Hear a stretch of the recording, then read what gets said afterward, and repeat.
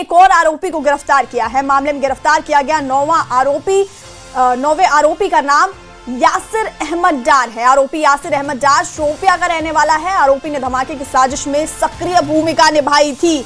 तो दिल्ली ब्लास्ट मामले में एक और आरोपी की गिरफ्तारी हुई है। एनआईए ने एक और आरोपी को गिरफ्तार किया है।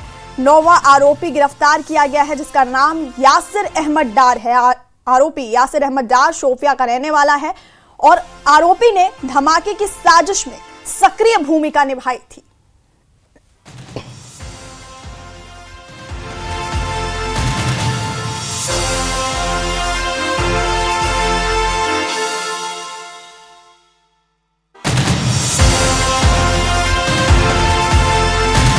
वहीं दिल्ली में एनआईए ने दिल्ली ब्लास्ट से संबंधित 9वें आरोपी को गिरफ्तार किया है। यह आरोपी जम्मू कश्मीर के शोपिया का निवासी है। न्यूज़ 18 जेकेएलएच शोपिया पहुंचा और आरोपी के बारे में जानकारी हासिल की। आरोपी के घर वालों के हिसाब से उसकी उम्र केवल 17 साल है। Delhi red fort bomb blast के मामले में 1 महीना पहले शुपियान के यासिर अहमद को गिरफ्तार किया गया और आज एनआईए के प्रेस नोट के मुताबिक जो यासिर अहमद है इसको भी बम ब्लास्ट में मुलव्वस पाया गया है, क्योंकि एनआईए के छानबीन के बाद आज ये प्रेस नोट जारी किया है। अभी तक रेड फोर्ट में जो दिल्ली में बम ब्लास्ट हुआ इसमें अभी तक 9 लोगों की गिरफ्तारी अमल में लाई गई है और जांच जारी है। कहीं ना कहीं अब ये तोल पकड़ता जा रहा है और एक बार फिर शुपियान का ही यासिर जो है बताया जा रहा है। एनआईए के मुताबिक वो भी इस बम ब्लास्ट में मुलव्वस था, उनकी भी इसमें शमूलियत इख्तियार थी। इरशाद मलिक, न्यूज़ 18 नेटवर्क, पांदचन, शुपियान।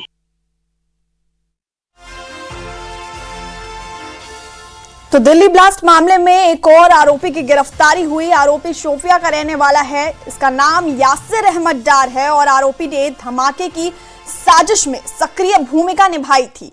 आपको बता दें कि न्यूज़ 18 जेकेएलएच शोपिया जब पहुंचा और आरोपी के बारे में जानकारी हासिल की तो जो जानकारी मिली उसके हिसाब से आरोपी की उम्र की बात करें तो केवल 17 साल का ये आरोपी है और दिल्ली ब्लास्ट में इस आरोपी ने सक्रिय भूमिका निभाई थी। तो दिल्ली से एक और मुख्य आरोपी की गिरफ्तारी हुई है। आरोपी जम्मू कश्मीर के शोपिया का रहने वाला है और इसका नाम यासिर अहमद डार है।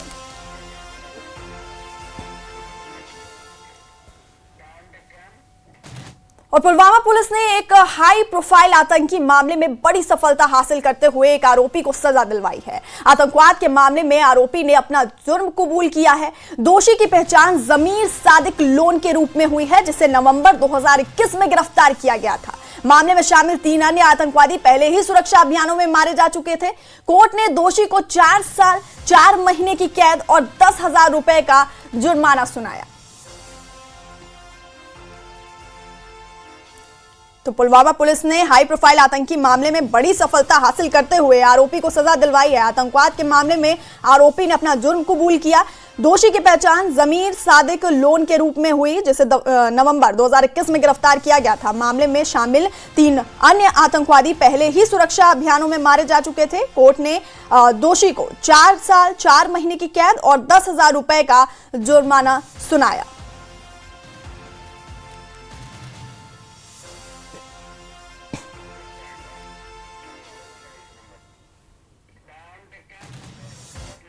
और खबर हिमाचल प्रदेश से।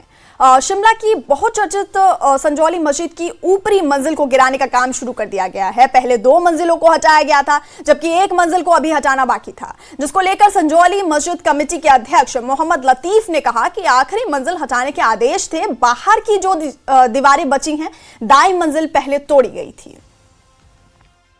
मानने पड़ेंगे सबको कि कोर्ट ही के आदेश थे कि इसको 1 मंजिल जो लास्ट की है उसको हटा दो और हफ्ते से हमारा काम धीरे धीरे चला है।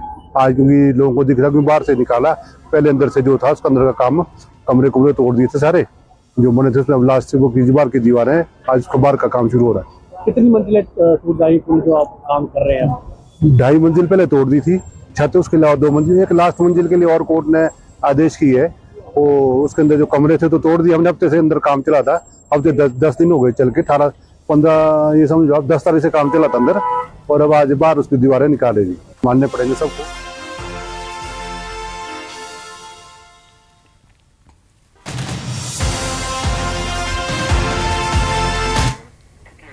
शिमला की संजौली मस्जिद में हाई कोर्ट के आदेश पर अवैध ढांचा गिराना शुरू हो गया है। इस विवाद की जड़ और जमीनी कार्रवाई की पूरी स्थिति देखिए इस खास रिपोर्ट में।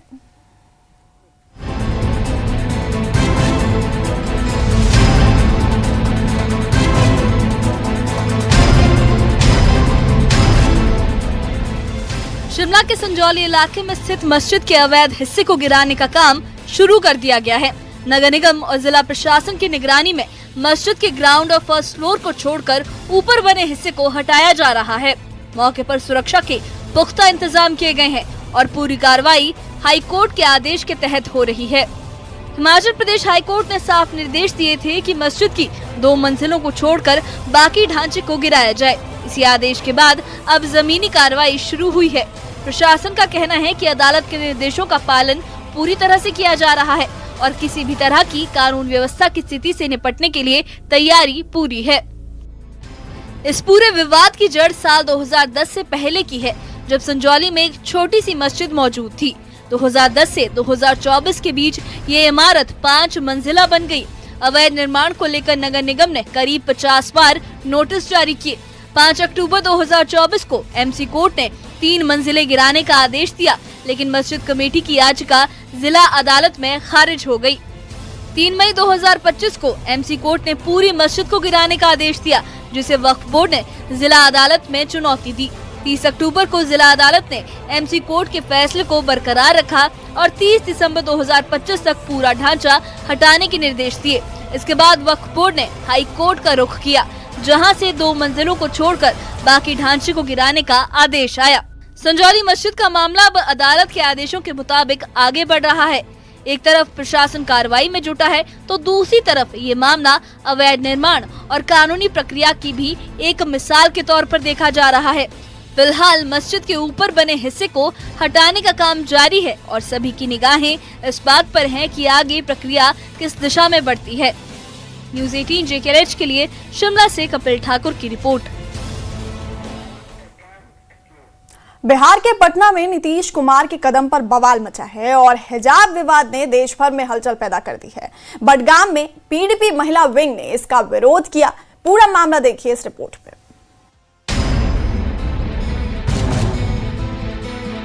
नीतीश कुमार हाय हाय, सीएम बिहार सीएम हाय हाय, हमारी मांगे पूरी करो, सरकार को इंसाफ दो, इंसाफ दो, इंसाफ दो। मामला 15 दिसंबर का है, जब पटना में एक सरकारी कार्यक्रम के दौरान बिहार के मुख्यमंत्री नीतीश कुमार नए नियुक्त आयुष डॉक्टरों को नियुक्ति पत्र दे रहे थे। इसी दौरान मंच पर आई मुस्लिम महिला डॉक्टर नुसरत परवीन का नकाब नीतीश कुमार ने ये क्या है कहते हुए नीचे कर दिया। ये पूरी घटना कैमरे में कैद हुई और वीडियो सोशल मीडिया पर वायरल हो गया। वीडियो सामने आते ही सियासी हलकों में हंगामा मच गया। विपक्ष ने इसे महिला की गरिमा और धार्मिक स्वतंत्रता पर हमला बताया। वहीं जेडीयू की ओर से सफाई दी गई कि ये कदम पिता समान स्नेह में उठाया गया था, लेकिन ये दलील लोगों को रास नहीं आई और मामला तूल पकड़ता चला गया। इसी घटना के खिलाफ जम्मू कश्मीर के बडगाम में पीडीपी की महिला विंग सड़कों पर उतरी। महिलाओं ने नीतीश कुमार से माफी की मांग की और इस कदम को शर्मनाक बताया। प्रदर्शनकारियों का कहना था कि ये सिर्फ एक महिला डॉक्टर नहीं, बल्कि हर महिला की इज्जत पर चोट है। प्रोटेस्ट हम इसीलिए कर रहे हैं, जो नीतीश कुमार जो बिहार के सीएम हैं, उसने कैसी जुर्रत की एक मुस्लिम खवातीन की जो पर्दा थी। कोई मुस्लिम खवातीन पर्दा करती है, कोई नहीं करती है, लेकिन जिसने किया हो उसका पर्दा इस तरह से निकाब उठाना, ये कहाँ का इंसाफ है? क्या वो जलील कर रहे हैं मुसलमान खवातीनों को? अगर उसको शौक होता फ़ोटो खिंचाने का तो वह पहले से बेपर्दा थी। अगर वो बापर्दा थी तो उस किस तरीके से उन्होंने उसको खींचा, हम उसको कंडम करते हैं, हम इसकी मजम्मत करते हैं। आज मेरे साथ सारी लेडीज़ें यहाँ पे आई, बच्चियाँ आई हैं जो इसके खिलाफ प्रोटेस्ट कर रही है। अभी तक नीतीश कुमार ने कोई माफ़ी नहीं की, कोई माफ़ी नहीं मांगी उससे। वो मैंने सुनने में आज कल पढ़ा मैंने कि वो कह रहे हैं कि अब मैं ये जॉब नहीं करूँगी, क्योंकि वो इतनी सहम गई है, वो डिप्रेशन में चली गई है। तो आप मुझे ये बताइए कि उसके साथ क्या इंसाफ करेंगे आज? पूरे मामले पर पीडीपी अध्यक्ष महबूबा मुफ्ती ने भी सोशल मीडिया पर तीखी प्रतिक्रिया दी थी। उन्होंने लिखा था कि नीतीश कुमार से ऐसा कदम उम्मीद से परे है और ये सवाल उठाया कि क्या अब मुसलमानों को सार्वजनिक रूप से अपमानित करना सामान्य होता जा रहा है। वहीं जम्मू कश्मीर के मुख्यमंत्री उमर अब्दुल्ला ने भी नीतीश कुमार के कदम को गलत बताया, लेकिन साथ ही महबूबा मुफ्ती पर तंज कसते हुए पुराने चुनावी वाक़े की याद दिलाई। अब ये तो हमने पहले भी देखा यहाँ पे, मेरे इलेक्शन में आप भूल गए किस तरह महबूबा मुफ्ती साहिबा ने उस वक्त एक लेजिटिमेट वोटर का बुरखा उतरवाया पोलिंग स्टेशन के अंदर। ये उसी चीज की कंटिन्यूएशन है सर। ये हमने कई साल पहले यहाँ देखा, वो भी अफसोसनाक था।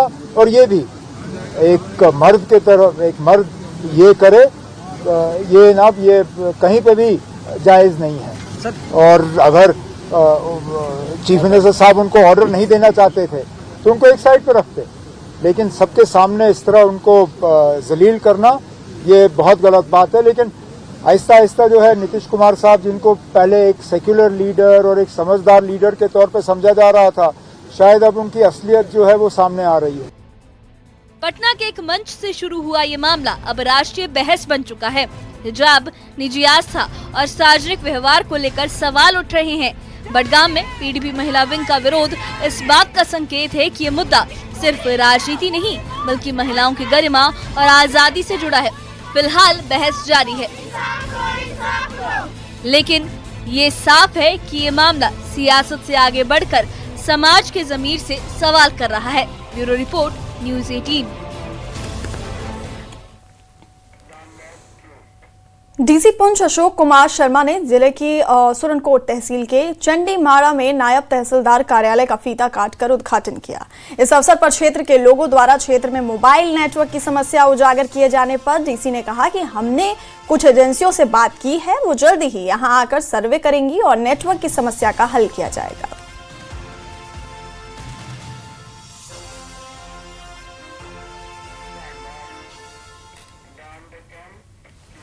कानून व्यवस्था बनाए रखने और किसी भी राष्ट्र विरोधी गतिविधि को रोकने के मकसद से कांजीकुंड में जम्मू श्रीनगर नेशनल हाईवे पर सुरक्षा व्यवस्था कड़ी कर दी गई है। एएसपी मुमताज अली भट्टी की निगरानी में ये अभियान चलाया जा रहा है, जो एसएसपी कुलगाम अनायत अली चौधरी के निर्देशों के तहत संचालित है। बढ़ाई गई सुरक्षा व्यवस्था के तहत सभी प्रकार के वाहनों की सघन तलाशी ली जा रही है। अधिकारियों ने बताया कि इस अभियान का मकसद क्षेत्र में शांतिपूर्ण और सुरक्षित माहौल बनाए रखना है। इसके साथ ही यात्रियों से चेकिंग के दौरान पुलिस और सुरक्षा बलों का सहयोग करने की अपील की गई है।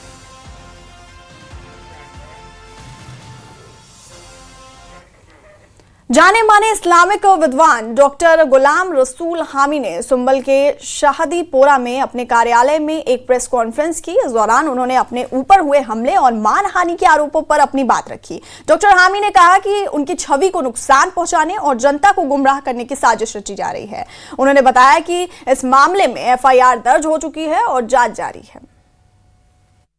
तिमो कोर फाइनेंशियल फ्रॉड कोर तिमो में इंटरनल ऑर्गेनाइजेशन से योत के या इंटरनल इदारन योत फ्रॉड के फ्रॉड कोर तिमो ये के डिसेबिलिटी या के स्कीम आ रिहेबिलिटेशन की स्कीम यमन सहलाब जदगानन वगैरह तथ मज कर तिमो सानी ऑर्गेनाइजेशन केन लोकन हंद बे सान इदारन हंदन लकटन तालिब इलमन हंद युस जन डाटा सह कोर तिमो कलेक्ट तो सह कोर तिमो गलत इस्तेमाल। तथ पे खोल तिमो अकिस बैंक एम्प्लॉय सतन रलित मिलित वारिया अकाउंट पाने यथ मज यह बह कर एफआईआर कापी ती इंशाल्लाह शो यथ मज सन यम जन एम्प्लॉय अस वाबस्ता गान तिमन मज मंजूर अहमद भट्ट वलीम अहमद भट्ट इथे पे बे तमन सत एसोसिएट तिहद ब्रो कुन हना तस्कर कर तो तमो कर बाज़ाब्त तौर यम सात तम सन शूरा कमेटी गई बाखबर अस कोर इजलास तम बाज़ाब्त तिमन वोन अत मुतलिक तो तम पे कर तिमो कह गिनावन हथ खंडा तो तिमो लज किरदार कशी किरदारस पे कथ करने तो तिमो कर मुख्तलिफ हरब आजमाई तिमो तो मुख्तलिफ हरब कर तिमो इस्तेमाल।